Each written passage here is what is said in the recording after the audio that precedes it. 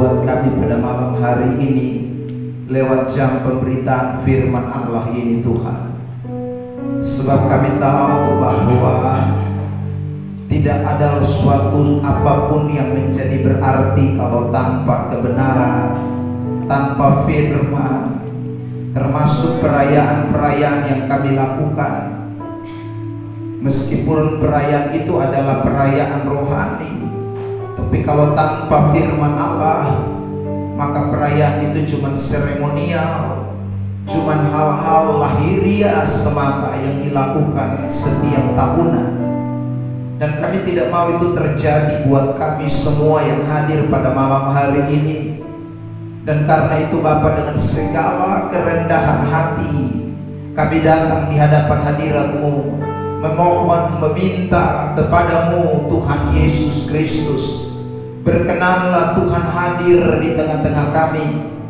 Bicaralah, nyatakanlah apa yang menjadi pesan dan kemauan Tuhan itu. Dan biar kami semua diberkati Tuhan pada malam hari ini. Perayaan ini menjadi suatu ingat-ingatan, suatu tugu yang tidak akan pernah kami lupakan, karena Tuhan berkenan menyatakan isi hati-Mu kepada kami. Roh Kudus, ambil alih sepenuhnya jam pemberitaan, dari awal, pertengahan, sampai pada akhirnya. Bukakanlah, singkapkanlah rahasia kebenaran Tuhan itu. Terima kasih Tuhan Yesus. Ini hidup kami. Kami telah siap untuk mendengarkan firman Allah. Di dalam nama Tuhan Yesus Kristus kami berdoa. Semua kita yang siap dan rindu diberkati bersama-sama katakan amin. Baik, puji Tuhan. Shalom. Kita bersyukur malam hari ini Tuhan izinkan kita semua untuk ada di dalam perayaan atau peringatan, ya, menyambut peristiwa Natal atau kelahiran Tuhan Yesus Kristus. Kurang lebih 2000 tahun yang lalu terjadi di Bethlehem, dan hari ini kita semua diajak untuk belajar kembali seputaran tentang peristiwa-peristiwa yang terjadi di Bethlehem itu. Nah, tema yang masih menjadi sorotan kita adalah marilah sekarang kita ke Bethlehem. Saudara, dan kita sudah masuk pada bagian atau part yang kelima dari khotbah ini. Saya mengajak kita dulu memperhatikan ayat yang menjadi sorotan kita dari Lukas pasal yang kedua ayat yang ke-15 lebih dulu.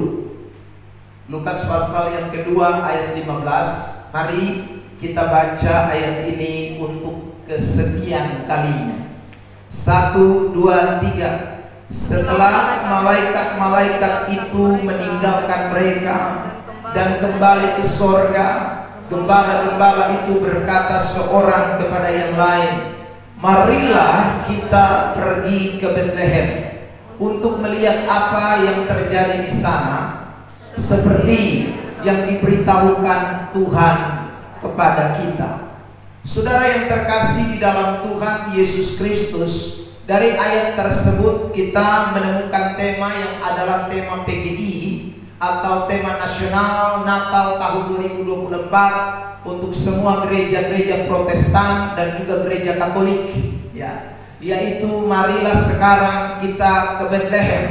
Tema ini, saudara, menjadi tema besar dari pembahasan kita juga di dalam minggu-minggu menjelang Natal, bahkan sampai besok Natal puncak, ya saudara, perayaan. Kita masih terus membahas tema ini.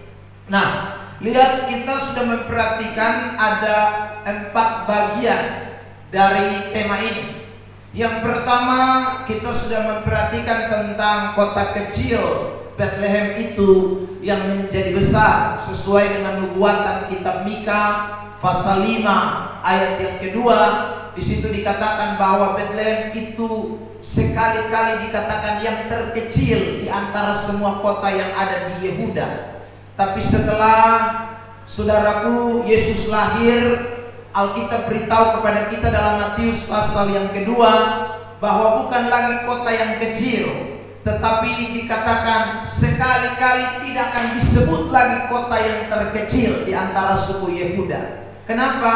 Karena dalam penjelasan itu saudara sudah mendengarkan bahwa Bethlehem menjadi suatu kota yang luar biasa dikenal, bahkan sampai dengan hari ini. Itu pembahasan kita yang pertama. Lalu kemudian pada tanggal 13 Desember kita membahas tema Jesus my everything. Ya, Yesus adalah segalanya bagiku.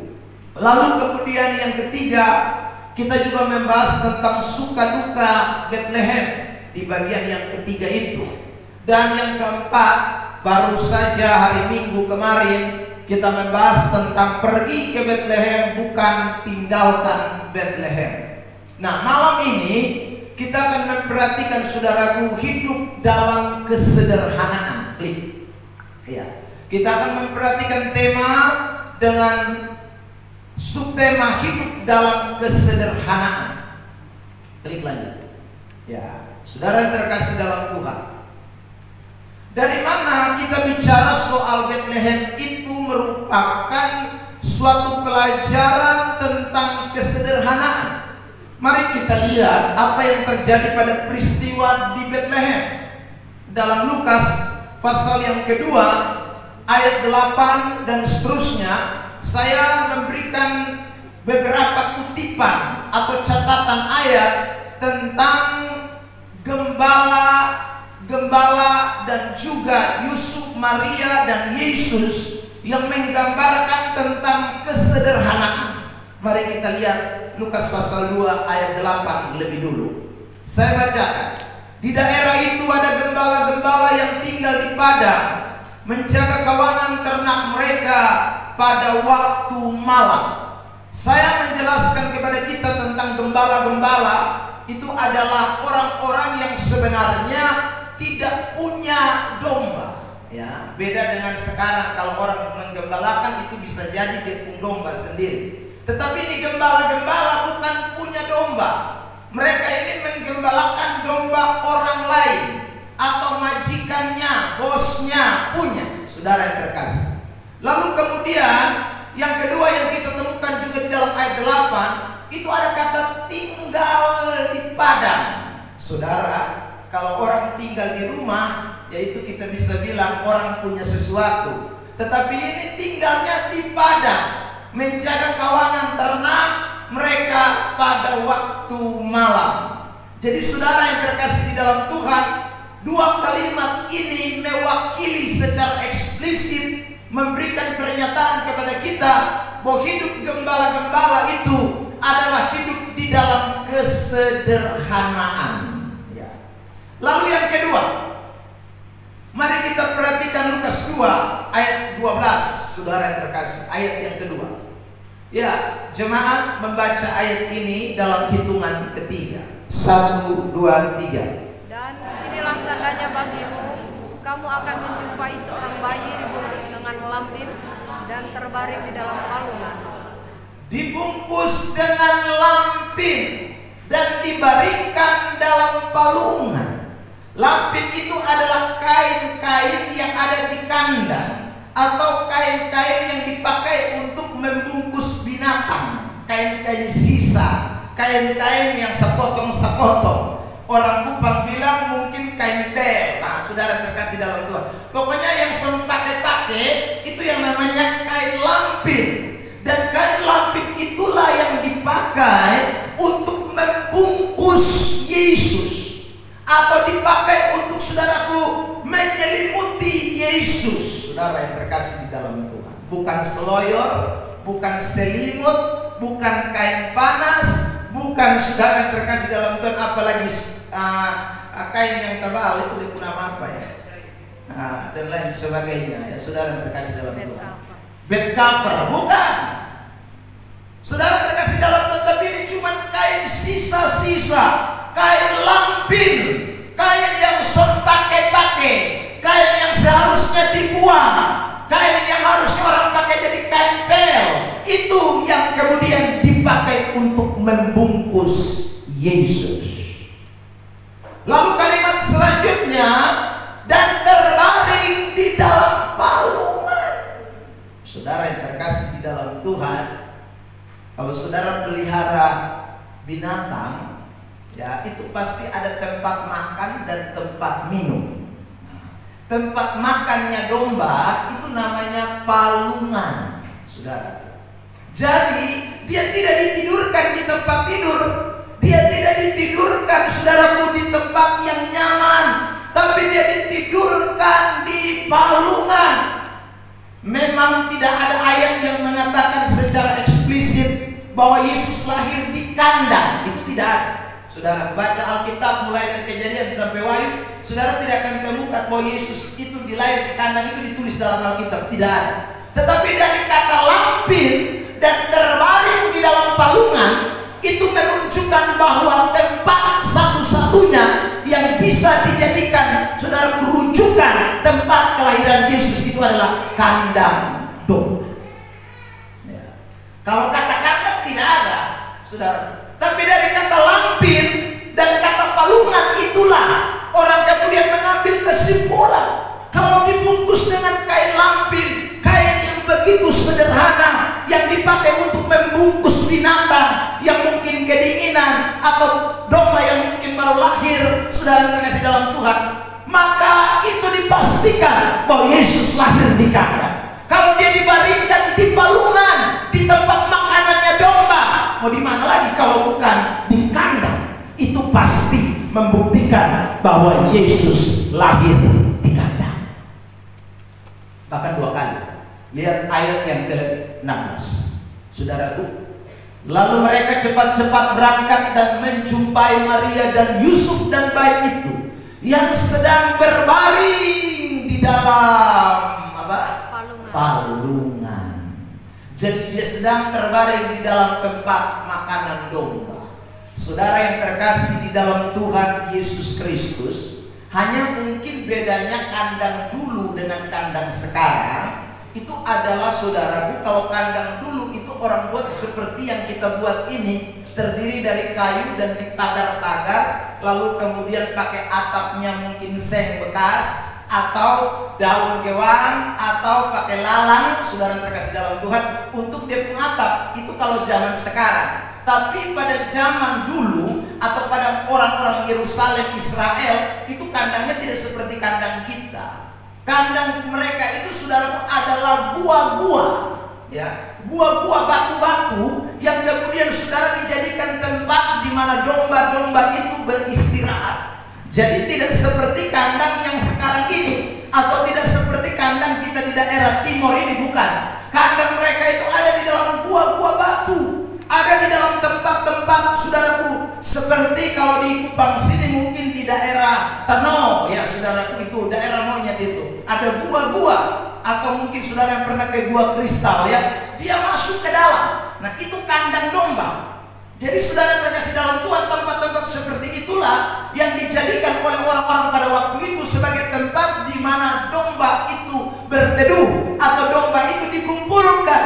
Jadi ketika Yesus lahir, Maria dan Yusuf jalan keliling cari tempat penginapan, dikatakan tetapi tidak ada tempat lagi. Kenapa tidak ada tempat? Bukan karena orang tidak mau kasih tempat kepada mereka, tetapi saudara yang terkasih dalam Tuhan, karena terjadinya sensus, orang-orang semua harus datang ke Yerusalem.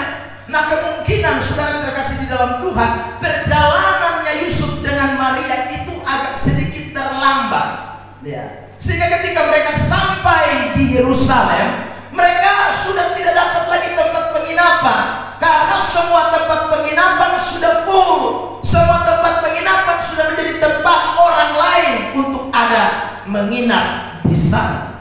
Tetapi tentu ini bukan suatu kebetulan. Tentu semuanya ada pada skenario Allah, rancangan Allah. Memang harus demikian, karena nubuatan Alkitab jelas bahwa saudara, memang dia tidak boleh lahir di tempat yang namanya rumah. Tidak boleh. Dia harus lahir di tempat yang seperti itu. Nah karena itulah saudara, dari 2 ayat yang kita baca ini, Yesus itu juga adalah seorang yang lahir dalam kesederhanaan. Dia lahir dalam kesederhanaan, lahir tidur di palungan, di kandang yang hina di Bethlehem itu, lalu kemudian dibungkus dengan kain lampir. Itu menunjukkan sekali lagi kesederhanaan. Jadi dari kalimat gembala-gembala tinggal di padang, Yesus dibungkus dengan lampin dan terbaring di dalam palungan, maka kita memberikan kesimpulan bahwa Bethlehem ingin mengajarkan kepada kita tentang hidup di dalam kesederhanaan. Ada amin? Ya. Saudara yang terkasih di dalam Tuhan, mari kita belajar tentang kesederhanaan. Saya mulai dengan definisi sederhana atau pengertian kesederhanaan itu apa. Saudara yang terkasih dalam Tuhan, kesederhanaan itu bukan hidup miskin. Saya ulang ya. Kesederhanaan itu bukan hidup miskin, bukan. Ya. Tetapi kesederhanaan itu bicara tentang suatu kebiasaan atau perilaku sehari-hari yang dilakukan sesuai kebutuhan dan kemampuan, serta tidak mencerminkan sikap yang berlebihan atau mengandung unsur kemewahan. Itu yang disebut dengan sederhana. Jadi kita punya kebiasaan hidup, kita punya perilaku hidup, kita punya tata cara hidup yang kita hidupi sebagai orang Kristen, itu harus bersentral ke Bethlehem tuh.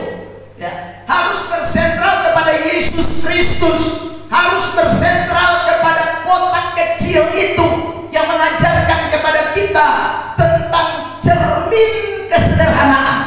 Saudara terkasih dalam Tuhan, tidak boleh hidup secara kemewah-mewahan.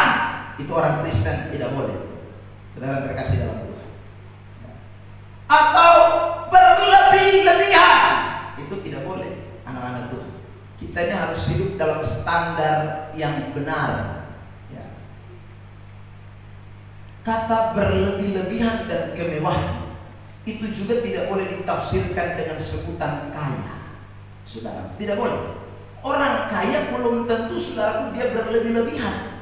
Orang kaya belum tentu dia hidup di dalam kemewahan, belum tentu, saudara. Karena kata berlebih-lebihan itu lebih cenderung kepada arti negatif. Arti negatifnya apa? Berfoya-foya, itu berlebih-lebihan. Atau memboros, atau suatu tindakan yang seenak-enaknya, itu saudara berlebihan.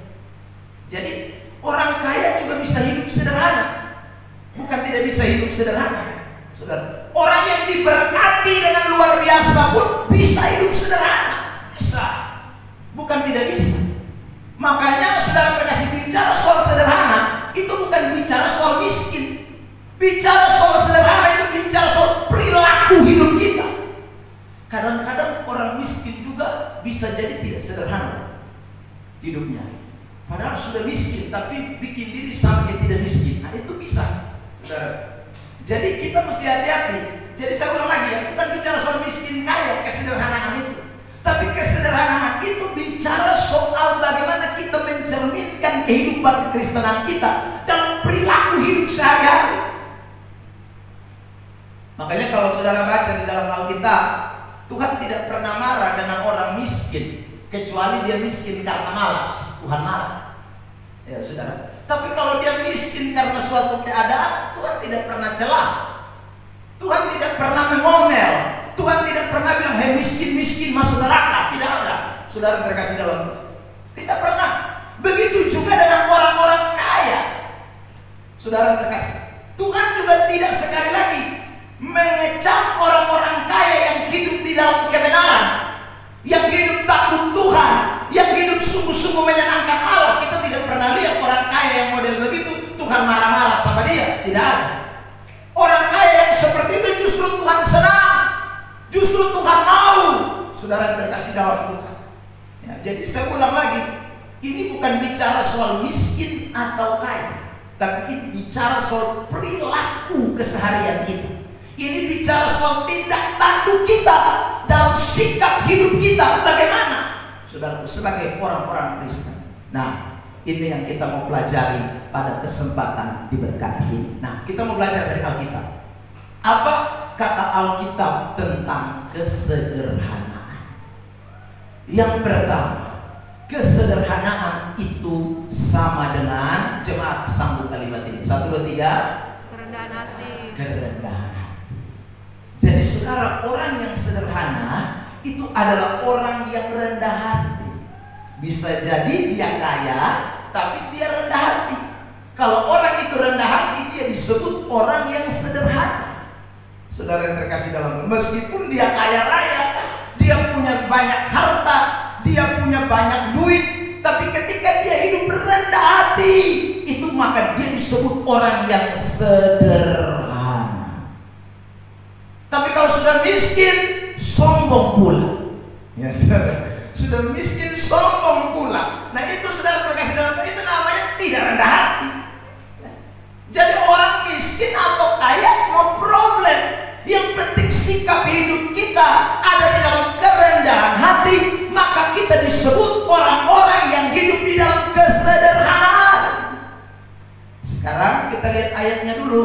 Roma 12 ayat 16. Mari kita baca bersama-sama dalam hitungan ketiga. 1, 2, 3. Hendaklah kamu sehati sepikir dalam hidupmu bersama. Janganlah kamu memikirkan perkara-perkara. Kata tapeinos dalam bahasa Yunani. Dan kata tapeinos itu artinya kerendahan hati. Jadi kalau saudara baca Roma 12 ayat 16 itu, ayat 16 itu, sorry, bukan ayat 6. Ayat 16 itu dengan kata tapeinos, ya, tapeinos, maka bunyinya adalah arahkanlah dirimu kepada perkara-perkara yang rendah hati. Janganlah menganggap dirimu pandai. Ya saudara. Jadi bicara soal sederhana, itu bicara soal kerendahan hati. Saya mau tunjukkan teks yang lain yang dipakai kata juga tapeinos, tapi diartikan bukan sederhana, tetapi dipakai kata kerendahan hati. Lihat Yakobus 4 ayat 6. Perhatikan. Ini dipakai kata tapeinos juga, tetapi bahasa Indonesia tidak terjemahkan dengan kata sederhana, tetapi rendah hati. Yakobus 4 ayat 6. Tetapi kasih karunia yang dianugerahkannya kepada kita lebih besar daripada itu. Karena itu ia katakan, Allah menentang orang congkak, tetapi mengasihani orang yang rendah hati. Itu dipakai kata tapeinos, sama dengan Roma 12 ayat yang ke-16. Kata yang dipakai sama. Jadi saudara, Tuhan mau orang yang sederhana itu adalah orang-orang yang rendah hati, bukan orang-orang yang sombong, bukan orang-orang yang congkak. Itulah hidup di dalam kesederhanaan. Saudara yang terkasih di dalam Tuhan. Nah, setelah kita melihat kata rendah hati ini, saya mau mengajak kita untuk bagaimana menerapkannya. Ya, apa kata rendah hati ini dalam penerapan kesederhanaan hidup. Saudara terkasih dalam Tuhan. Mari lihat Roma 12 tadi ayat 16 itu. Saudara, di sana dikatakan begini, hendaklah kamu sehati sepikir dalam hidupmu bersama. Janganlah kamu memikirkan perkara-perkara yang tinggi. Nah, garis bawah kalimat itu. Jadi orang yang rendah hati itu, dia tidak memikirkan perkara-perkara yang tinggi. Orang yang rendah hati itu, dia tidak menganggap dirinya pandai. Itu orang rendah hati. Itulah orang sederhana. Saudara, lihat. Jadi, kalau kita disebut orang-orang yang sederhana, itu dilihat dari apa? Perilaku yang mana? Perilaku cara berpikir kita.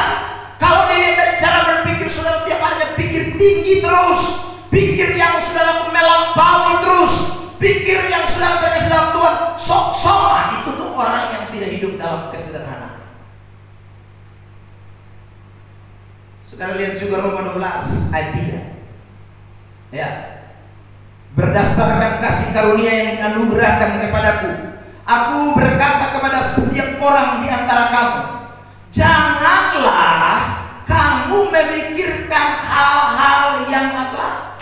Lebih tinggi daripada yang patut kamu pikirkan, tetapi hendaklah kamu berpikir begitu rupa sehingga kamu menguasai diri menurut ukuran iman yang dikaruniakan Allah kepada kamu masing-masing.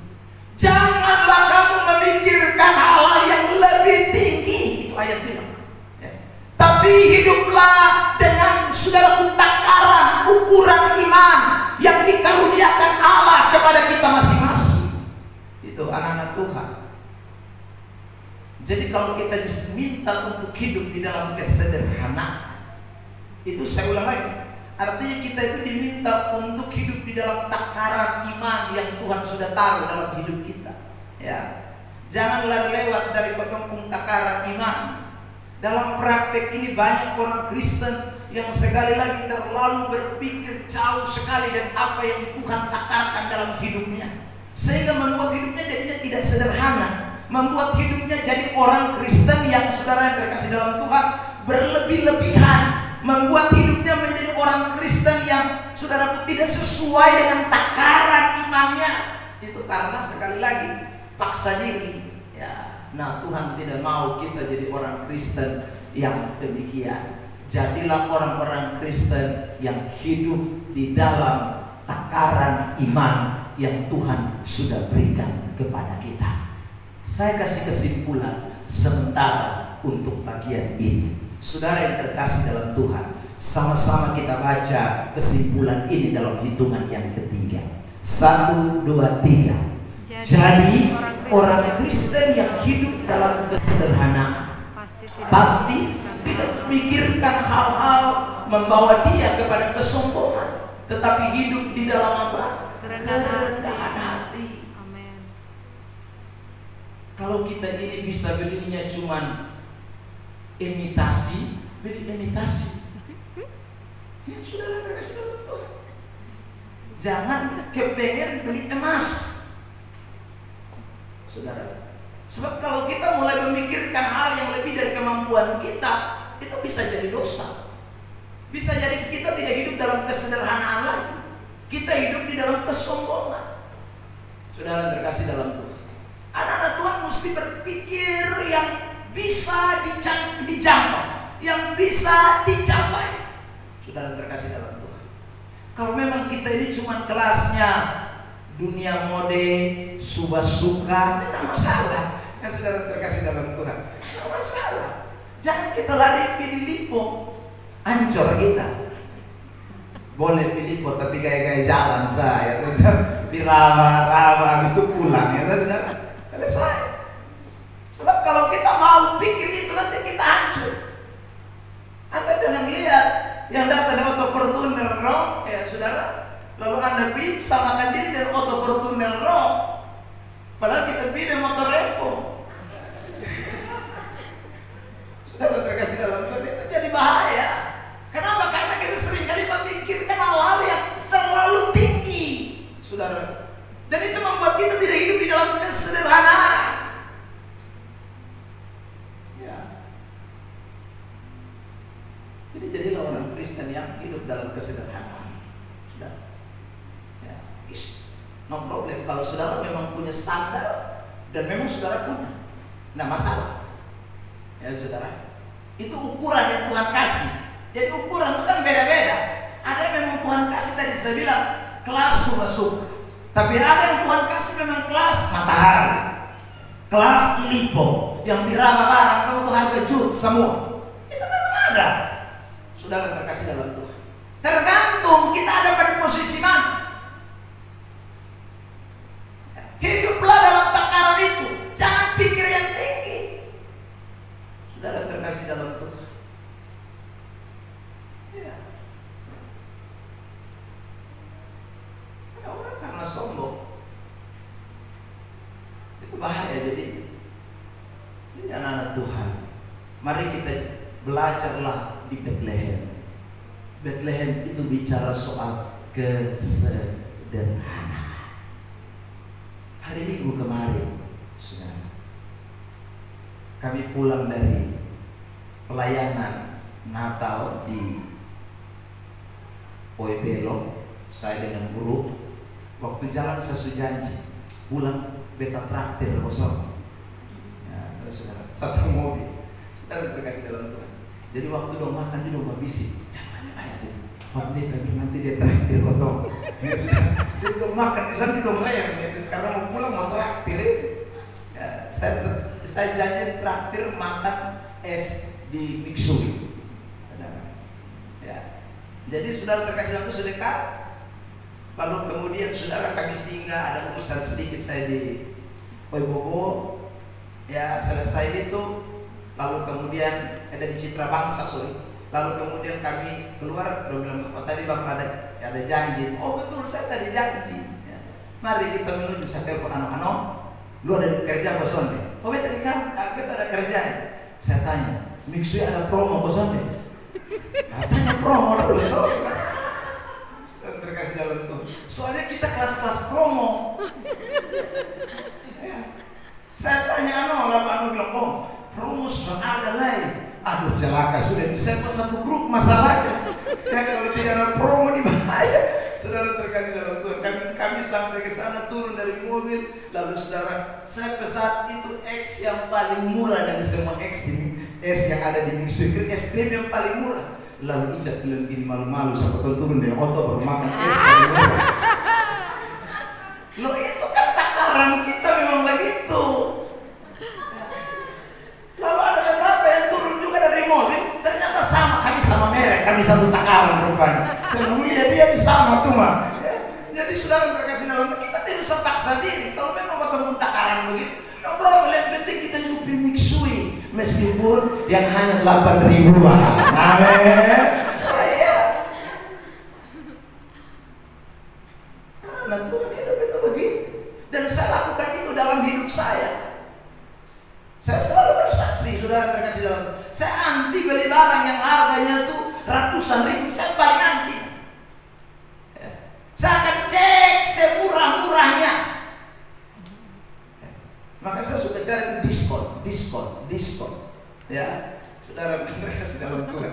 Ya karena memang itu standar yang mau terus pakai di motor itu. Karena orang tidak pernah tanya, lu mau sepatu tuh harga berapa? Tidak ada yang tanya. Saudara terkasih dalam Tuhan. Ya. Anda mau harga sepatu 1 juta pun injak di tanah. Atau ada yang pakai 1 juta punya melayang semua. Udah jadi saudara sah. 1 juta betul injak sama, injak tanah Pak. Saudara terkasih dalam Tuhan. Kecuali memang dia mau pamer. Begitu di atas sampai dikit juga tahu. Nah, kecuali begitu.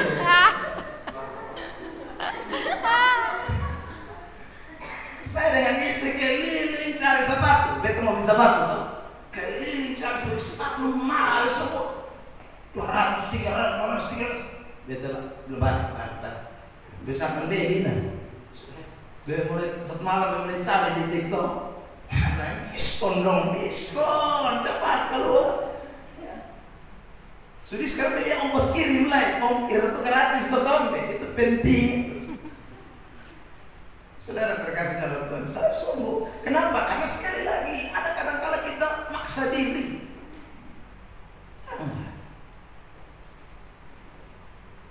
Sungguh saudara terkasih dalam Tuhan. Jangan bikin diri begitu. Nanti Tuhan marah kita. Ya. Tuhan tidak suka dengan orang yang begitu. Kan Alkitab tadi bilang Tuhan rendahkan orang sombong. Tuhan rendahkan. Kenapa? Karena tidak mau hidup di dalam kesederhanaan. Tuhan suka dengan orang-orang yang hidup di dalam kesederhanaan. Kenapa kita tidak usah pikir soal saudaraku terlalu tinggi-tinggi? Ya karena Tuhan yang buat semuanya. Tuhan yang melakukan semuanya dalam hidup kita. Tuhan suka kasih standar. Lu standar itu begini. Tuhan suka kasih, kamu standarnya di situ, kamu standarnya di sini. Tuhan kasih kita. Lihat di ayat 1 Samuel pasal 2 ayat 7 tampilkan. Nah, mari kita baca sama-sama jemaat Tuhan. 1, 2, 3. Tuhan membuat miskin dan membuat kaya, Ia merendahkan dan meninggikan juga. Tuhan membuat miskin dan Tuhan yang buat kaya. Jadi kalau Tuhan memang menghendaki saudara memang ada dalam taraf itu, sudah itu. Ya sudah. Tadi saya sudah bilang yang penting memang jangan malas. Ya. Tapi memang kondisi sebegitu mau karena Tuhan buat miskin, Tuhan buat kaya, Tuhan merendahkan, Tuhan meninggikan juga.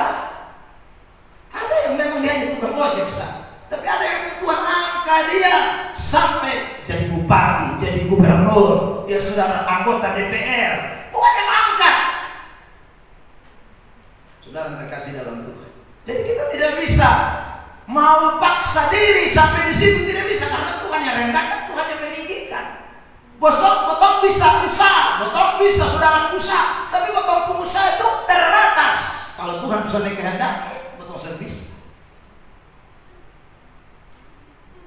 Nah, orang yang tidak paham ini ayat, akhirnya hidupnya saudara tidak tertata dengan baik, karena dia mau mencapai hal-hal yang terlalu tinggi, dia mau mencapai hal-hal yang terlalu besar, yang melebihi kapasitas dia.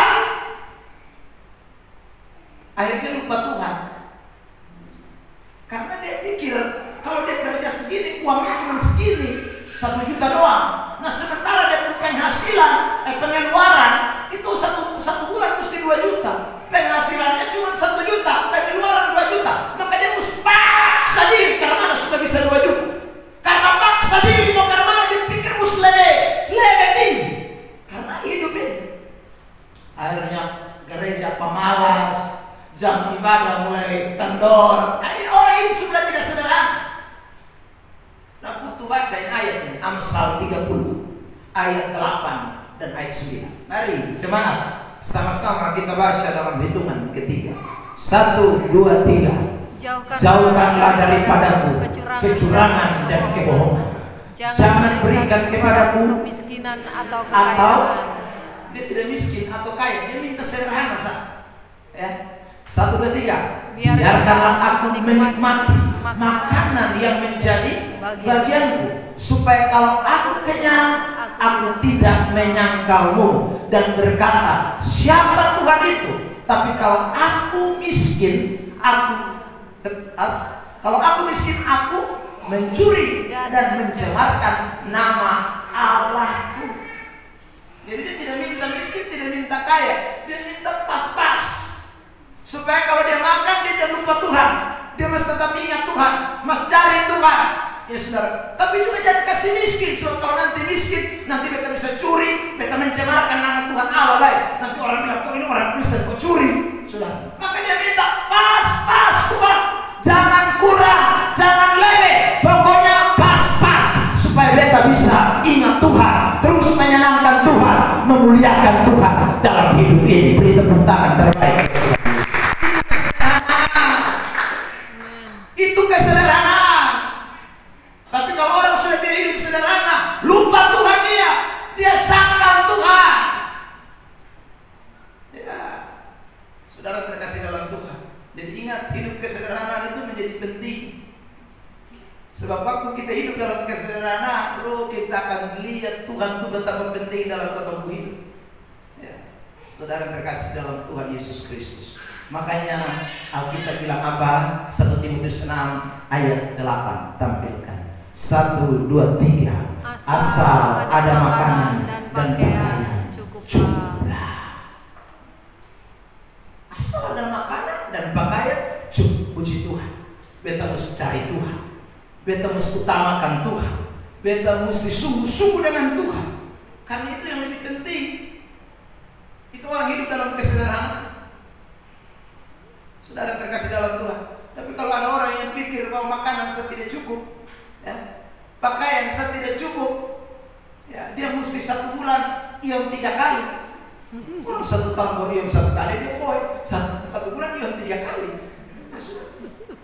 Maka bayangkanlah berapa duit banyak yang keluar. Saudara terkasih dalam Tuhan. Orang hanya asal ada makanan dan pakaian cukup, tapi dia bilang tidak bisa. Kalau lu mau nikah dengan beta ini, kebutuhan banyak. Beta pembeda saja itu 1 juta. Parfum 5 juta. Mati mampus.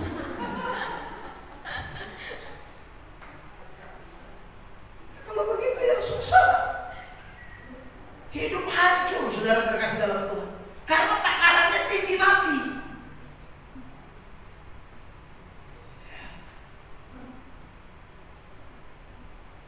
Jadi kalau Anda memang punya takaran begitu, nona-nona yang belum menikah, carilah pengusaha yang penghasilan tiap bulan itu 1 miliar. Bisa. Tapi sebelum dicari lu kaca lu diri dulu.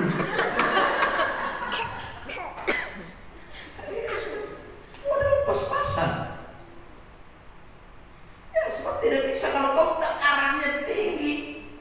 Kuteks tidak boleh harga emperan. Ini mati kita. Nah kawin dengan gaji yang 1 juta di bawah loh. Terakhir lu pakai arang. Saudara terkasih dalam Tuhan. Nah hidup kekristenan tidak boleh begitu. Asal ada makanan dan pakaian cukuplah. Itu standar kita. Makanya kalau orang punya standar begini, dia tidak hanya pikir soal dunia, dia akan pikir soal kerajaan Allah lebih penting. Lihat Kolose pasal 3 ayat 2. Ya. Pikirkanlah perkara yang di atas, bukan yang di bumi. Jangan pikir yang tadi yang sama mau itu nanti kau tahu lupa Tuhan Allah. Tapi pikir yang ada di atas. Saudara terkasih dalam Tuhan. Kalau kau hanya pikir bahwa terus batu akan hukum baka siang malam sentau berhenti karena ketemu ini targetnya target teman-teman capek waduh akhirnya Anda akan lupa Tuhan, sungguh Anda akan lupa Tuhan ya.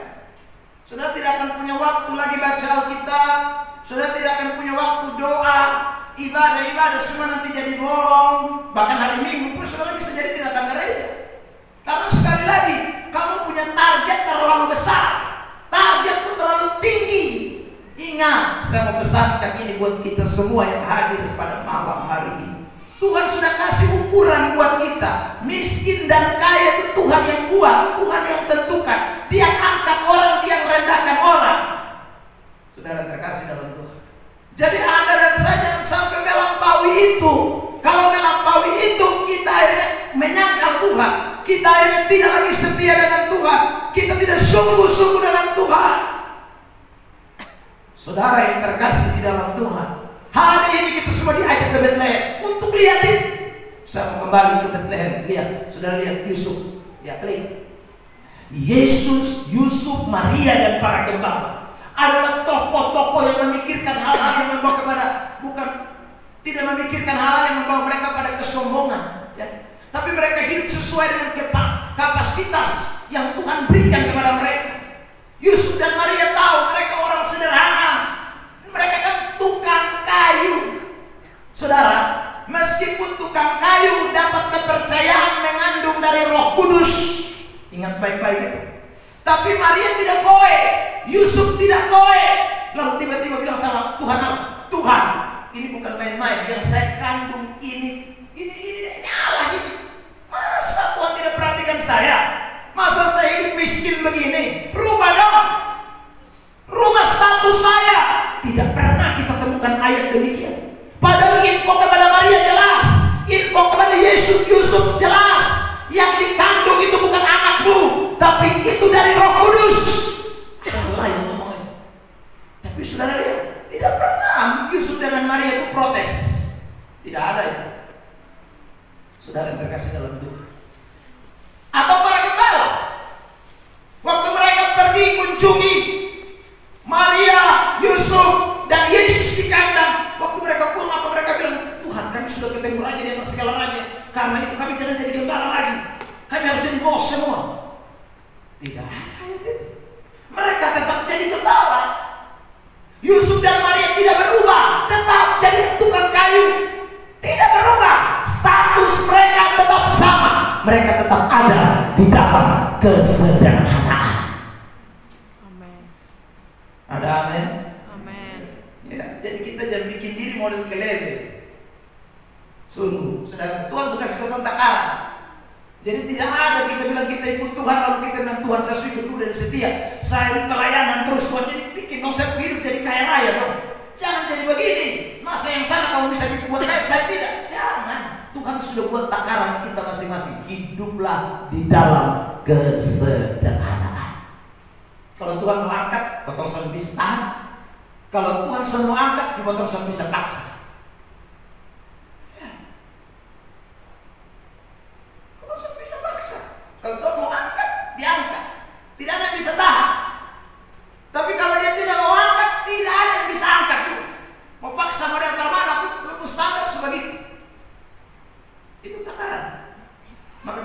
semua menyadari ini, hidup akan dalam kesederhanaan. Tidak ada orang, saudara terkasih dalam Tuhan, saling membenci satu dengan yang lain. Ya. Tidak ada orang yang rasa diri terlalu hebat, sombong, ya, lalu kemudian merendahkan orang-orang lain. Karena semua mengerti arti kesederhanaan. Tidak ada orang yang saudara paksa mati punya sampai lupa Tuhan. Tidak ada. Karena semua menyadari akan kesederhanaan ini. Tapi kalau tidak menyadari, susah. Anda akan jauh dari kemauan Tuhan. Tahun ini kita semua diajak ke Bethlehem untuk lihat apa? Lihat Yesus, lihat Yusuf, lihat Maria, dan lihat para gembala yang hidup di dalam kesederhanaan. Mereka tidak pikirkan hal yang tinggi-tinggi, ya saudara. Tapi Tuhan mau nyatakan kepada mereka. Saudara terkasih dalam Tuhan Yesus Kristus, dalam kacamata manusia, saudara, orang penting itu harus diketemukan dengan orang penting. Itu kacamata manusia. Siapa yang ada pernah pikir kalau yang lain Yesus Kristus kan raja dan segala orang penting, kenapa yang mesti datang untuk gembala? Kenapa mesti harus gembala? Harusnya kan raja yang datang kunjungi, raja yang lahir. Harusnya yang datang itu Perdana Menteri dong. Yang datang kunjungi itu harus orang-orang yang istimewa dong. Tapi tidak. Ayat ini bicara bahwa para gembala-gembala itu orang yang mendapat kasih karunia untuk mengunjungi raja di atas segala raja. Karena itu tidak ada seorang pun yang bisa, ya saudaraku, merubah hidupnya tanpa Tuhan yang merubah. Satu ayat terakhir yang saya mau berikan kepada kita dari bagian poin ini. Saudara ingat baik-baik ini. Amsal pasal 10 ayat yang ketiga. Tampilkan ayat itu.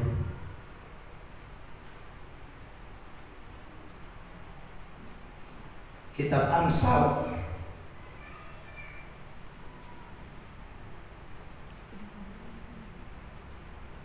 bukan ayat 12, sorry. Salah saya itu ayat.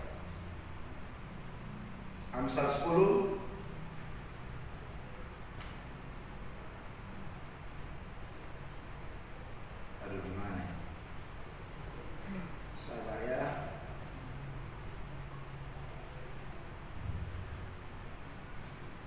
bukan ayat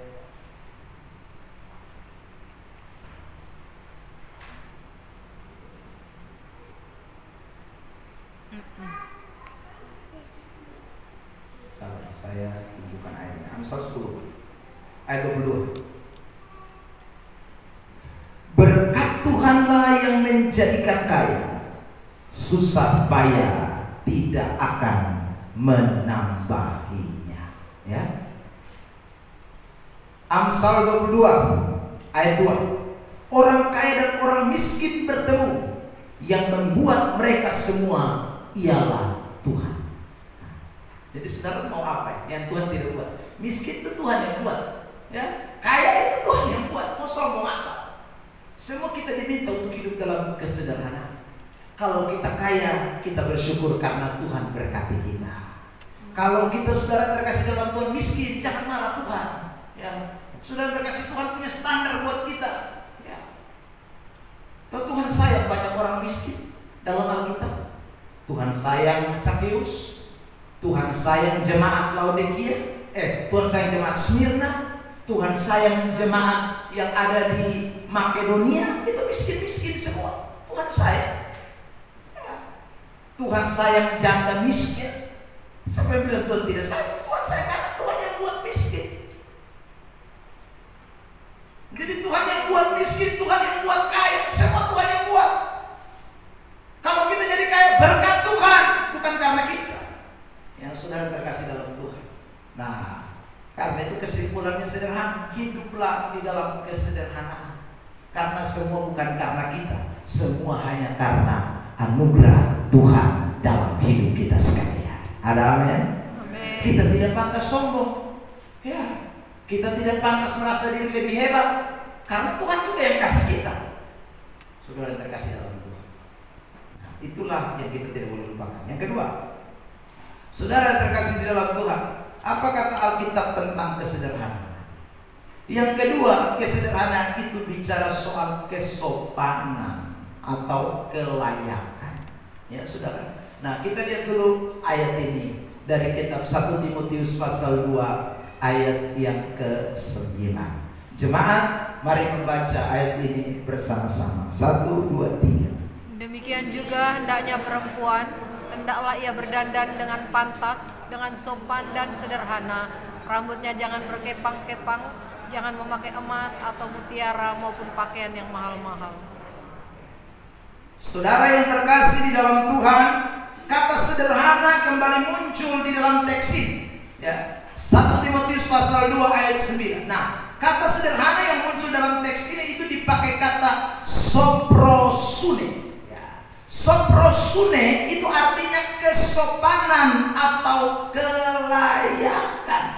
Ya, jadi saudara terkasih dalam Tuhan, sebenarnya yang Paulus maksudkan di dalam ayat ini bukan tidak boleh kepang-kepang rambut, bukan tidak boleh pakai emas, bukan tidak boleh pakai mutiara, bukan tidak boleh pakai pakaian yang mahal-mahal, bukan itu. Itu bukan esensinya. Saudara terkasih dalam Tuhan, tetapi esensinya adalah kesopanan dan kesederhanaan atau kelayakan. Itu yang menjadi tujuan utama Paulus mengatakan ini. Sama seperti yang saya pernah khotbahkan, Yesus bilang jangan kumpulkan harta di dunia. Itu tidak berarti mutlak tidak boleh tabung, tidak boleh celengan, tidak boleh punya uang di deposito, bukan. Tapi ada persoalan esensi. Persoalan esensinya waktu kamu kumpul uang, yang mana yang jadi Tuhan? Yang harta yang jadi Tuhan atau Tuhan yang tetap jadi Tuhan? Karena ayat itu selanjutnya mengatakan di mana hartamu berada, di situ hatimu juga berada. Nah, itu menjadi patokannya. Jadi kalau orang kumpul harta karena mau hatinya di harta, itu jadi salah. Tapi dia kumpul harta, hatinya tetap di Tuhan, tidak salah. Begitu juga dengan ayat ini. Sudah terkasih, mau pakai pakaian mahal, tidak masalah. Yang penting layak dan sopan. Saudara terkasih dalam, mau pakai rambut berkepang-kepang, emas, mutiara, tidak salah. Yang penting layak dan sopan. Itu esensi. Nah, saudara yang terkasih di dalam Tuhan Yesus Kristus, bicara soal kelayakan di dalam teks ini atau kesopanan, mari kita lihat, saudaraku, itu berkaitan erat dengan kata berdandan. Kalau disampaikan namanya berdandan, itu berarti dilihat dari gaya penampilan kita atau ekspresi penampilan kita. Ada orang pakai baju mahal sekali, saudara terkasih Tuhan, tapi dia tidak pamer, santai saja. Ya, dia tidak pamer. Ada orang pakai emas banyak sekali, tapi dia tidak pamer.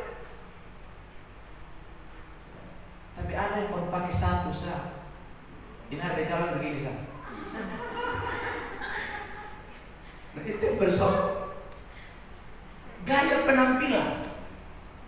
Itu yang menjadi hal yang kita mesti sama-sama cermati.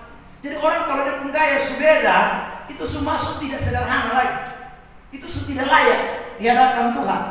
Tidak sopan di hadapan Allah. Ya, bukan sopan dan tidaknya. Ya, kalau memang tadi saya bilang dia uang memang pas. Dia uang itu pokoknya beli 1 juta pun dia makan masih bisa, saudara. Kalau kita beli 1 juta, ini hari kita puasa. Nah, itu mau selesai. Ini hari berarti kita puasa. Mari beli beras dan bisa. Maka daripada saya beli 1 juta, lebih baik saya beli beras 3 karung, baju 1 yang harga 100.000, selesai. Saudara terkasih dalam. Nah, tapi kalau memang betul dia uang banyak, sampai dia beli barang memang bisa sampai 1 juta, tidak masalah. Silakan.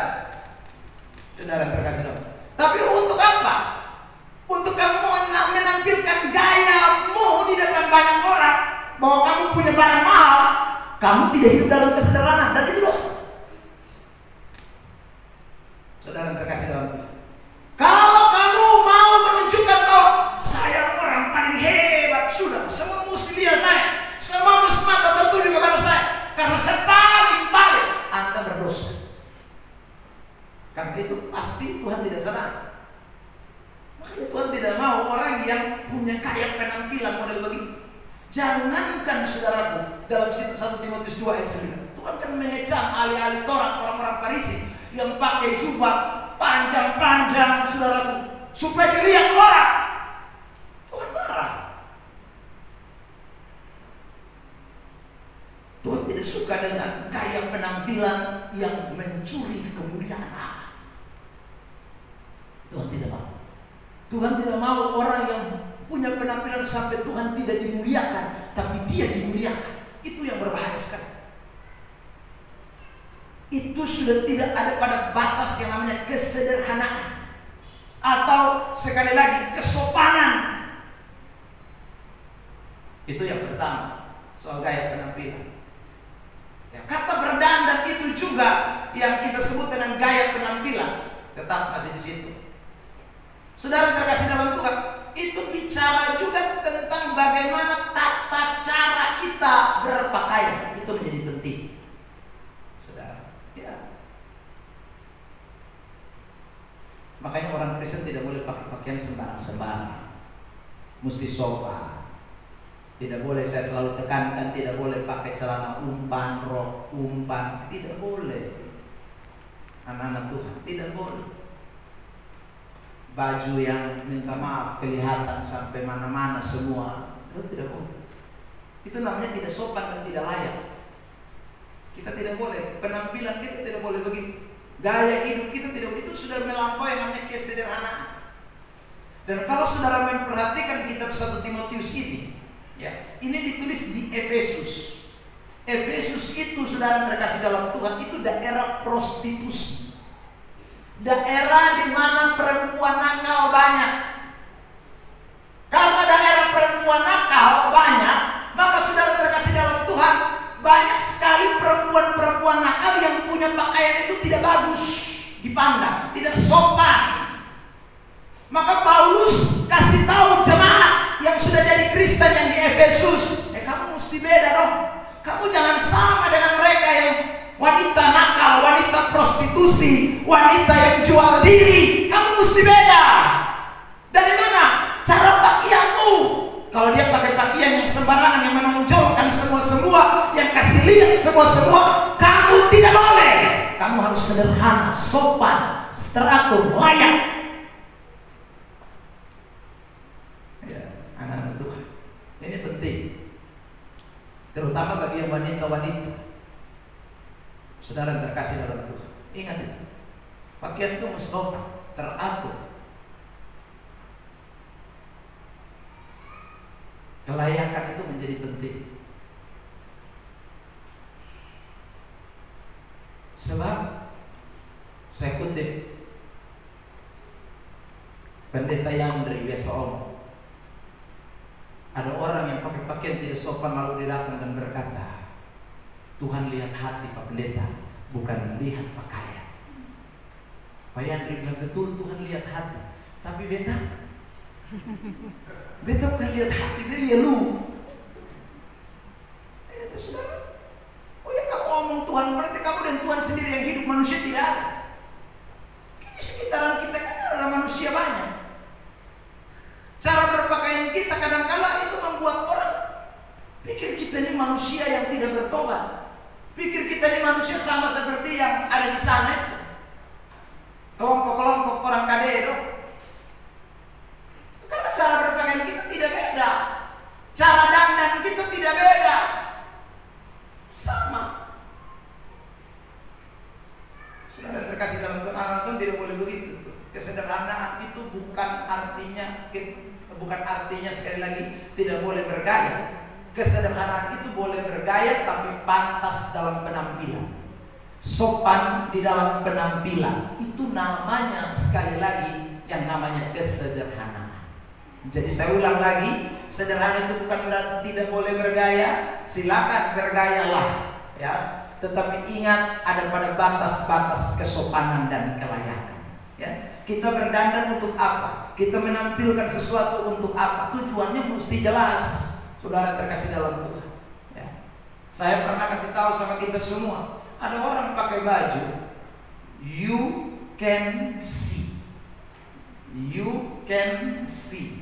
ya saudara. You itu bahasa Inggris, can itu bahasa Inggris, see itu bahasa Inggris. Artinya apa? You itu kau, can dapat, see lihat. Berarti you can see itu lu dapat lihat beta. Berarti orang kalau pakai baju you can see itu berarti dia minta dilihatin. Dia mau supaya kita lihat dia. Tapi begitu dia pakai baju you can see, kita lihat dia tidak lu mata memang dan celana. Kalau pakai baju you can see bodoh. Orang makanya baju you can see itu baju yang tidak sempurna. Kenapa? Karena dia minta untuk dilihat. Dilihat apa ya? Bukan bajunya yang dilihat, tapi tubuhnya yang diminta dilihat. Ada yang tulis lagi ya. Bajunya I kiss you.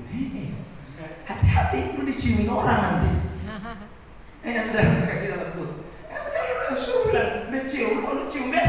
Nah ini saudara berkas. Makanya pakai baju tuh ya, yang dia tahu bahasa Inggris nggak jangan pakai. Ya, kadang-kadang artinya tuh arti negatif, tapi orang tidak tahu. Artinya tuh arti yang tidak baik, tapi orang tidak tahu, asal dia pakai saja. Nah, anak Tuhan, hidup dalam kesederhanaan itu bicara soal gaya penampilan kita. Ya, cara berdandan kita itu tidak boleh sama dengan orang dunia. Tidak boleh sama. Anak-anak Tuhan, cara berdandan kita harus sopan, harus layak, ya. Pakai pakaian itu pakaian yang layak, pakaian yang sopan. Itu yang Tuhan kehendaki buat kita semua.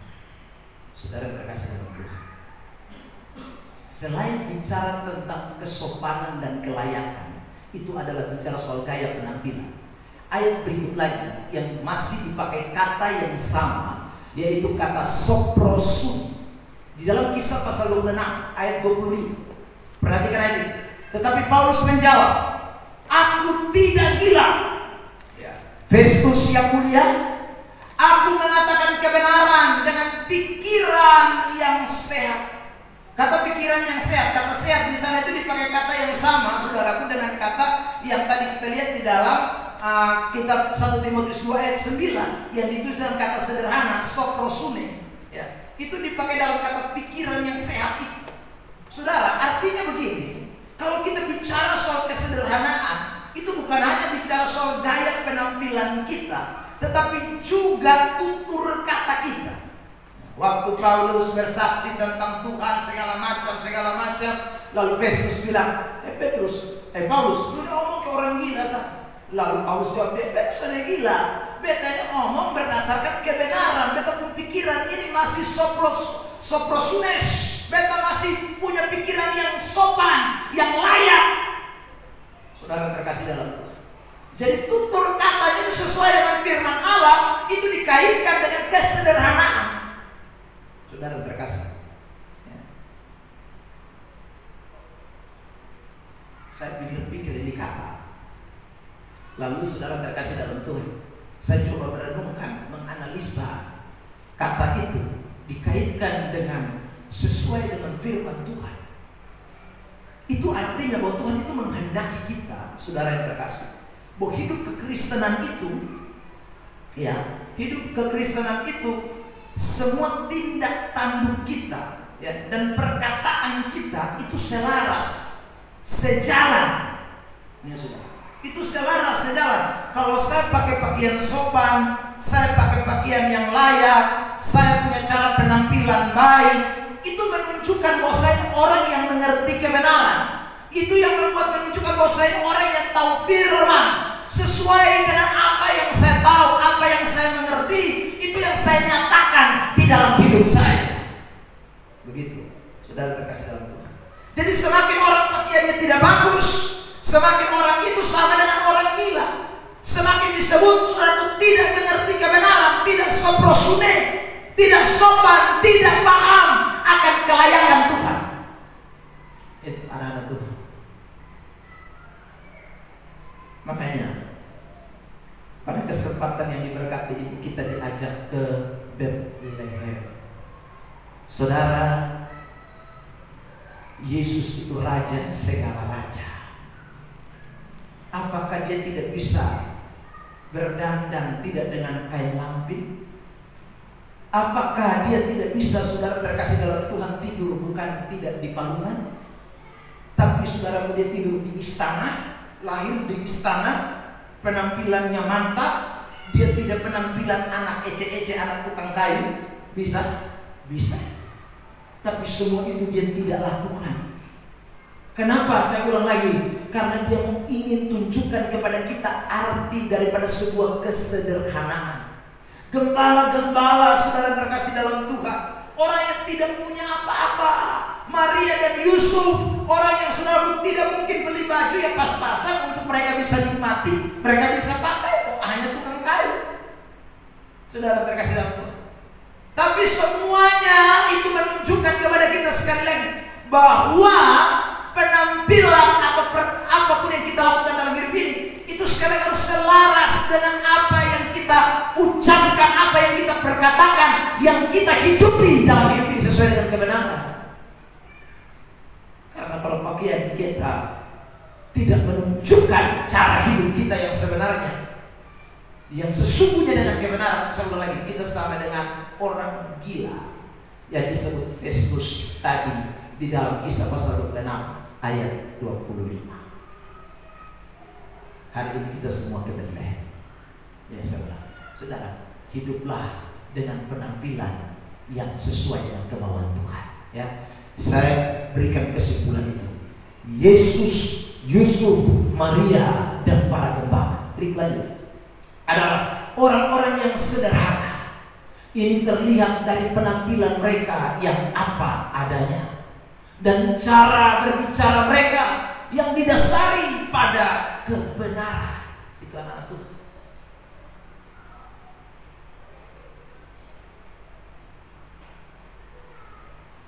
Saya cerita sedikit, saudara kasih tahu. Saya berharap ini menjadi satu kesaksian yang buat saudara anak-anak muda juga mengerti ini. Seorang anak muda, saudaraku, minta maaf, akhirnya dicabuli. Ya, dicabuli karena persoalan dia punya cara berdandan. Bukan hanya cara berdandan, tetapi cara dia mulai bergaul sudah mulai salah. Selain dia pakai pakaian yang suka mini-mini, ya, dia pakai pakaian yang suka kurang-kurang, ya, dia tinggal di rumah orang, saudara. Satu hari saudara terkasih dalam Tuhan, karena lihat dia pakaian begitu-begitu terus. Ini pendeta, ya, pendeta yang mencabuli, tinggal di rumah pendeta, saudara. Jadi ini Pak Pendeta karena lihat terus tiap hari nana umpan, rok umpan, baju setengah, ya saudara. Pak Pendeta juga, padahal Pak Pendeta setua.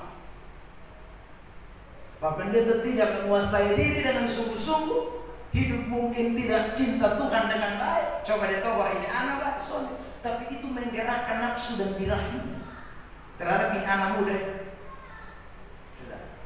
Akhirnya dia sering ngintip. Ini anak masuk kamar, dia ngintip. Ini anak masuk kamar, dia ngintip. Ini anak masuk kamar, ngintip. Saudara terkasih dalam Tuhan. Ngintip. Satu kali rupanya ini anak sudah punya kebiasaan memang suka mempertontonkan dirinya. Dia punya pacar. Tapi satu hari mereka buat video call, lalu saudaraku dia mempertontonkan dirinya telanjang di depan pacarnya. Ini kisahnya. Saudara terkasih dalam. Dia begitu mempertontonkan dirinya lewat video call, ya, dalam ketelanjangan itu, pendeta pas pinaloi. Maka saudaraku timbullah otak miring di otak pendeta. Oh ternyata anak ini suka yang begini, saudara. Maka satu kali kemudian saudaraku dia tanpa sadari ini Pak Pendeta masuk di kamar. Dia bilang kalau lu berani berteriak, dia tak keluar lu dari sini. Gimana juta? Saudara terkasih dalam, dan betul akhirnya dia dikeluarkan. Karena dia tidak bisa tahan, dia mesti ngomong apa adanya. Nah, ini berbahaya sekali. Kejadian-kejadian model seperti ini banyak kali terjadi. Kenapa? Dimulai dari cara penampilan yang tidak berkenan kepada Tuhan. Cara penampilan yang bikin sesuatu yang tidak benar itu akhirnya begitu, saudara terkasih. Makanya anak-anak Tuhan kita mesti sungguh-sungguh lihat hidup ini bagaimana. Semakin mengerti firman, mesti kontrol diri Bapak. Jangan bikin setan. Sebab nanti saudara menyesal kalau sudah terjadi sesuatu. Zaman ini tambah hari tambah jahat. Alkitab bilang hari-hari ini bukan hari-hari jahat. Hari-hari jahat. Karena itu anak-anak Tuhan jangan coba-coba. Makanya Tuhan Yesus tahu Dia mau kita hidup dalam kesederhanaan. Dan hari ini saudara pun lewat kisah Bethlehem, kita diajak kembali. Ayo hidup di dalam kesederhanaan. Cara penampilan kita, cara berpakaian kita sopan, layak, itu menjadi penting. Itu tidak boleh dilupakan. Yang ketiga, ini berkaitan dengan yang tadi nomor 2. Kesederhanaan itu bicara soal jaga diri dan menahan diri. Itu kesederhanaan. Orang yang hidup dalam kesederhanaan itu orang yang bisa menjaga dirinya dengan baik dan bisa menahan diri dengan baik. Saudara, lihat ini ayat Titus pasal 2 ayat 2. Terutama kami laki-laki, saya minta baca ini ayat. Apalagi yang sudah tua-tua, mari kita baca. Titus 2 ayat 2. 1, 2, 3. Laki-laki yang tua hendaklah hidup sederhana, terhormat, bijaksana, sehat dalam iman, dalam kasih, dan dalam keteguhan. Laki-laki yang tua hendaklah hidup di dalam kesederhanaan. Bukan berarti yang muda tidak boleh sederhana. Semua maksudnya, ya, bukan juga berarti perempuan tidak boleh. Tapi ini ayat sedang bicara khusus tentang laki-laki. Saudara yang terkasih dalam kata laki-laki, sederhana di dalam teks yang tadi kita baca itu dipakai kata nepaleos. Nepaleos itu artinya adalah menjaga diri atau menahan diri. Jadi seorang laki-laki tua diminta untuk bisa menjaga diri atau menahan diri. Nepaleos. Saudara terkasih dalam Tuhan, mari saya tunjukkan beberapa ayat yang bicara soal kata yang sama dan diartikan dengan kata menjaga diri atau menahan diri. Kata Napoleos itu muncul dalam 1 Timotius 3 ayat 2. Karena itu penilik jemaat haruslah seorang yang tak bercacat, suami dari satu istri, dapat menahan diri, atau dalam teks yang lain itu sederhana, ya, atau dalam bahasa Yunani Napaleos.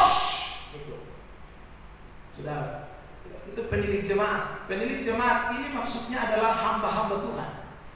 Itu harus dapat menahan diri, ya, tidak boleh tidak bisa menahan diri. Jaga diri, tahan diri, saudara.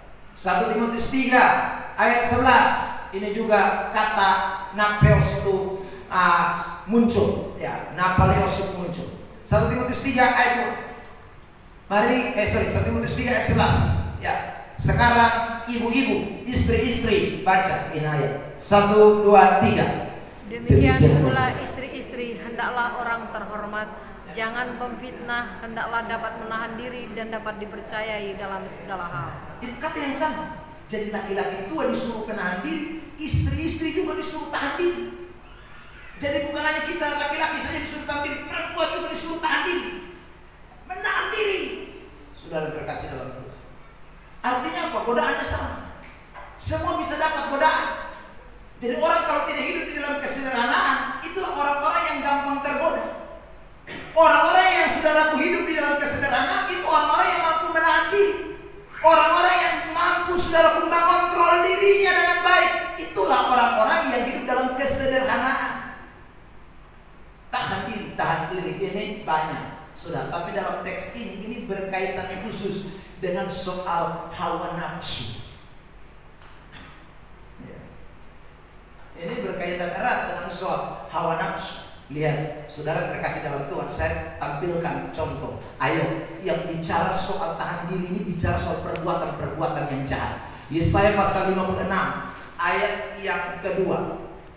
Berbahagialah orang yang melakukannya dan anak manusia yang berpegang kepadanya, yang memelihara hari Sabat dan tidak menajiskannya, dan yang sama-sama lanjut kalimat itu, menahan diri dari setiap perbuatan jahat.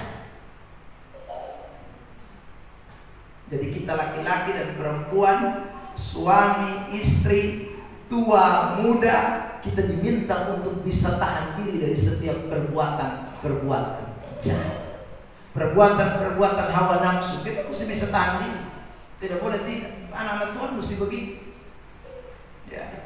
Meskipun orang sering bilang ya ada puber kedua, puber ketiga, nah saudaraku, tapi kita mesti jadi anak Tuhan yang bisa tahan diri.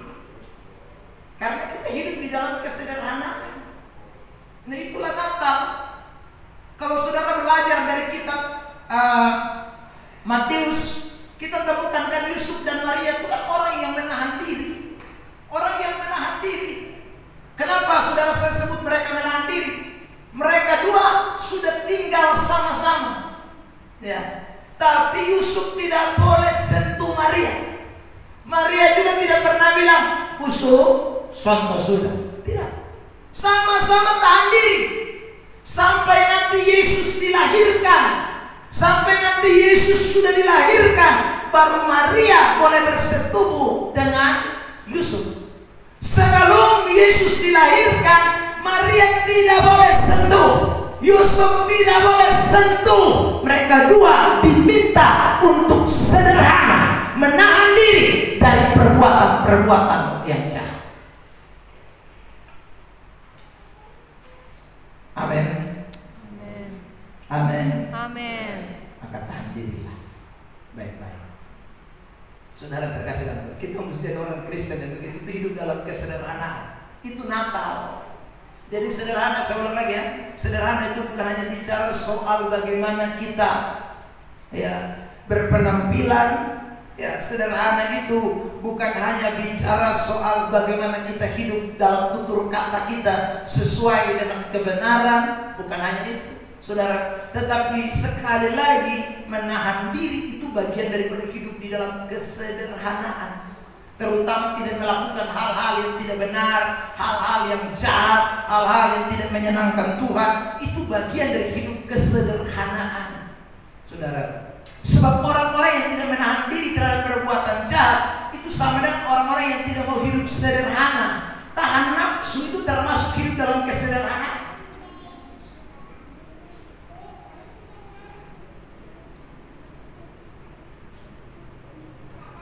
Saya tadi dengan istri masih bincang-bincang pulang dari Kupang. Saya bilang begini, saya ini aneh. Ya, pikiran saya itu aneh kepada rumah tangga. Ya, yang saudara terkasih dalam Tuhan, suami kerja di Kupang, istri di Jakarta.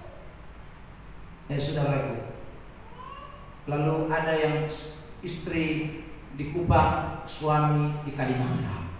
Saya heran, saudara. Kenapa saya heran? Nah kalau begini kan tidak usah nikah. Kalau cuma pergi Kalimantan 1 bulan pulang, tidak masalah. Ini 2 tahun, 1 tahun baru kembali. Itu buat apa nikah? Saudara terkasih dalam Tuhan, itu menyalahi Alkitab itu. Alasan apapun Anda melanggar kitab suci. Nanti saya tunjukkan ayat. Tidak boleh. Tidak boleh orang Kristen begitu. Yang lebih parah lagi, 1 di Malaysia, 1 di Kupang.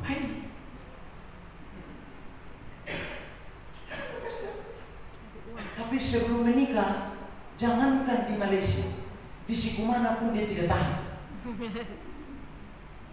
Sekarang sudah menikah kok bisa nahan? 1 di Sikumana, 1 di Malaysia, 1 di Kupang. Dulu belum menikah, jangankan saya bilang di Malaysia, di Sikumana 1 di Borok, tidak tahan. Saudara, Baru habis ke telepon, ibu suka angin kakak. Ya. Baru habis ketemu, memang kakak terasa ini ke 2 bulan ketemu sudah tunggu. Padahal baru saya. Tapi sudah bayangkan yang di jauh sana tuh, kok dong bisa tahan? Aduh. Jangan ya, Tuhan tidak mau ya begitu. Anak-anak Tuhan jangan. 1 Korintus pasal 7 tampilkan ini ayat, ya. Supaya kalau ada rencana mau di Malaysia, Singapura, batal. Saya bilang batal. Biarpun di sana gaji 5 juta, tahu sapi. Di sini 500.000 lebih banyak istri. 1 Korintus pasal 7, lihat ayat 1, 2, dan 3. Ya. Atau ibu-ibu yang dipikir saya mau TKW, stop, baca ayat kalau berhenti. Ya. 1 Korintus 7, itu pakai di ayat Cina sana. 1 Korintus 7 ayat 1, lihat ayat 1, ayat 2, dan ayat 3. 1, 2, 3. Dan sekarang tentang hal-hal yang kamu tuliskan kepadaku adalah baik bagi laki-laki kalau dia apa? Tidak kawin. Jadi kalau laki-laki tidak kawin itu baik, Paulus bilang. Ayat 2, 1, 2, 3. Tetapi mengingat bahaya percabulan, baiklah setiap laki-laki mempunyai istrinya sendiri dan setiap perempuan mempunyai suaminya apa? Sendiri itu kata penting, ya. Bukan suami sama-sama, bukan sendiri atau istri bareng-bareng, tidak ada. Sendiri itu berarti cari yang jomblo, cari yang single, bukan istri orang lain atau suami orang lain. Ayat 3, 1 Korintus 7, 1, 2, 3. Hendaklah suami memenuhi kewajibannya terhadap istrinya, demikian pula istri terhadap suaminya. Ayat 4, ini penting. 1, 2, 3. Istri tidak berkuasa atas tubuhnya sendiri, tetapi suaminya. Demikian pula suaminya tidak berkuasa atas tubuhnya sendiri, tetapi istrinya. Ayat 5, saudaraku. Nah, ini yang mau ke TKW dan TKI yang baca. Tidak ada di sini ya. Semua mau di sini ya. Mari sama-sama kita baca. 1, 2, 3. Janganlah kamu saling menjauhi kecuali dengan persetujuan bersama. Oke, setuju sama-sama. Tapi ada kalimat selanjutnya. Jangan lupa 1, 2, 3 untuk sementara waktu, bukan lama-lama. Sementara waktu itu alasan yang pertama. Tapi sementara waktu itu bikin apa? Lanjut kalimatnya. Supaya kamu mendapat kesempatan untuk berdoa. Siapa yang berdoa 1 tahun tidak berhenti angkat tangan? Tidak ada. Jadi jauh boleh, tapi hanya untuk sementara waktu, untuk berdoa.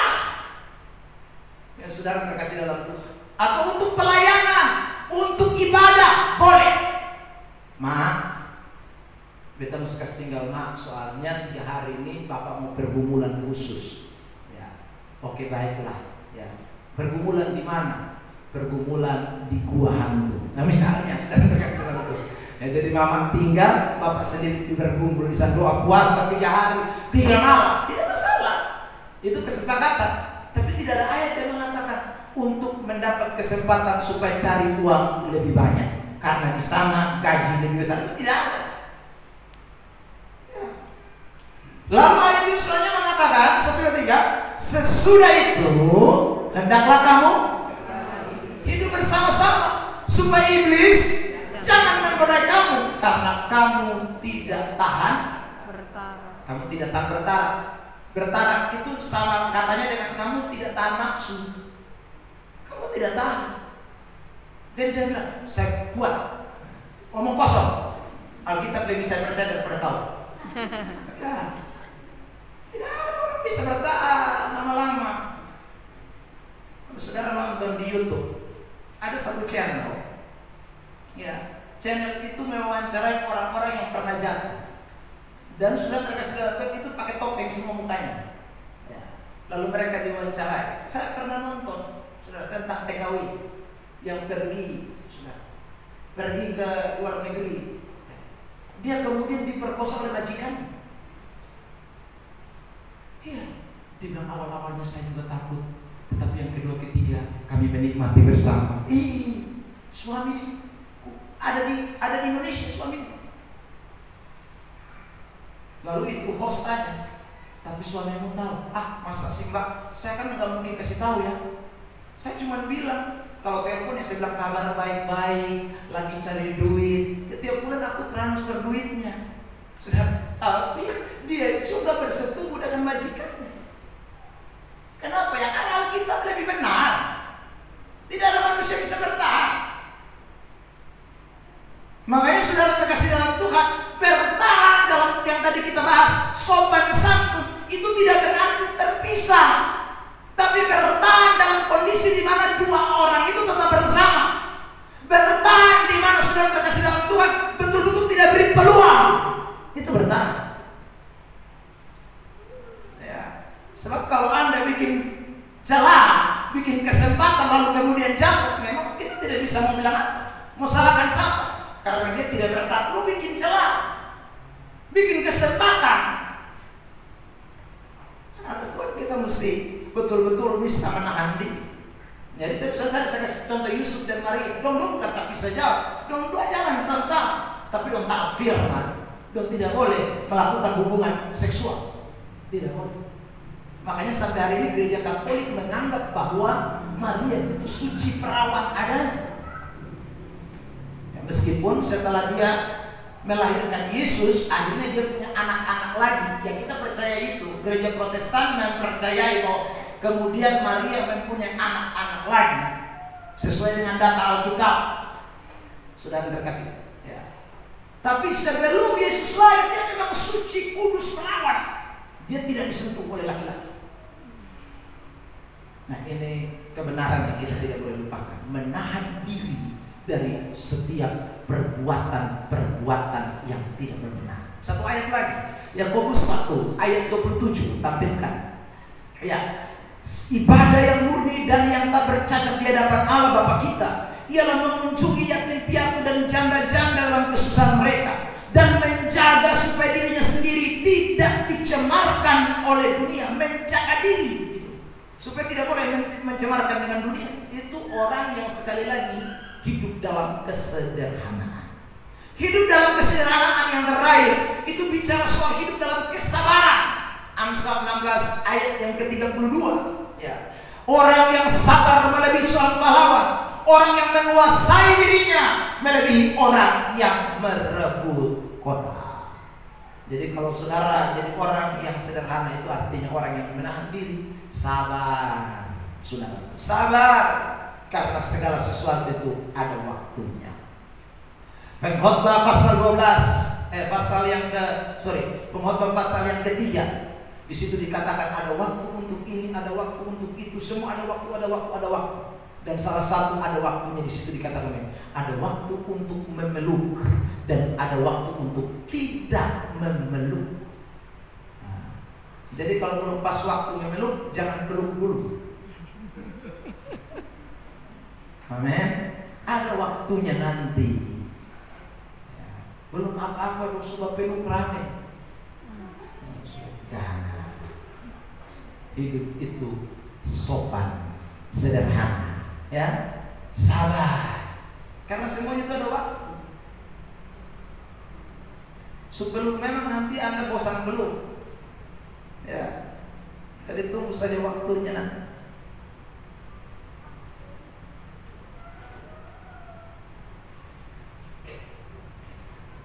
Kesimpulan terakhir. Jadi orang Kristen yang hidup dalam kesederhanaan pasti bisa menahan diri, menjaga diri sehingga tidak terperangkap dalam dosa, ketidakkudusan hidup. Ya, saudara terkasih dalam Tuhan. Contohnya adalah Yesus, Yusuf, dan Maria dan para gembala. Ada orang-orang sederhana yang dapat menahan diri untuk hidup dalam kekudusan dan juga sabar dalam melewati setiap proses kehidupan. Kiranya Tuhan berkati kita dengan ini firman Tuhan, sehingga hari lepas hari ingat ke Bethlehem itu artinya hidup di dalam kesederhanaan. Ya, masih ada 2 bagian khotbah tentang Bethlehem besok dan juga hari Minggu. Tuhan berkati kita.